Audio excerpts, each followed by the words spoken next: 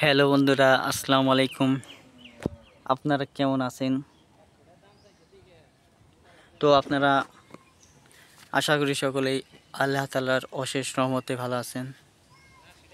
তো আজকে আমি আপনাদের জন্য খুবই কার্যকারী উপকারী একটি ফল ও সবজি নিয়ে আলোচনা করব।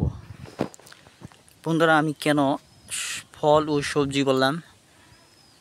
এই পেঁপে পাকিলে এটাকে বলা হয় ফল।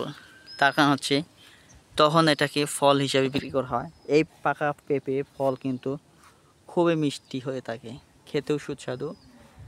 পাকা পেঁপেতে বন্ধুরা ভিটামিন এ রয়েছে, আরও বিভিন্ন ধরনের উপাদান রয়েছে যা আপনাদের শরীরকে সুস্থ রাখতে বড় ভূমিকা পালন করে থাকে এই পাকা পেঁপে। তো বন্ধুরা, এবং কি কাঁচা পেঁপেকে সবজি বললাম তার কারণ হচ্ছে এটিকে তরকারি হিসাবে খাওয়া হয়। তো বন্ধুরা, আপনারা যদি এই কাঁচা পেঁপে তরকারি হিসাবে খেতে পারেন, রান্না করে, ভর্তা করে, ভাজি করে, যে কোনোভাবে এই পেঁপে খাওয়া যেতে পারে।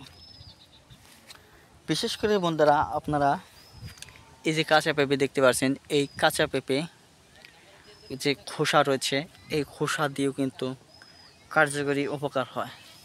এবং কি বন্ধুরা, এই কাঁচা পেঁপে যদি আপনারা প্রত্যেক দিন সকালবেলা খালি পেটে খেতে পারেন, তাহলে কিন্তু বন্ধুরা আপনাদের গ্যাস্ট্রিকের সমস্যা যাদের রয়েছে, বিভিন্ন ধরনের ওষুধ ট্যাবলেট খাচ্ছেন, তারপরও আপনাদের গ্যাস্ট্রিকের সমস্যা থেকে মুক্তি পাচ্ছেন না, আমি বলবো এই কাঁচা পেঁপে খাওয়ার ফলে আপনাদের গ্যাস্ট্রিকের সমস্যা থেকে মুক্তি পাবেন। ধন্যবাদ আপনাদেরকে।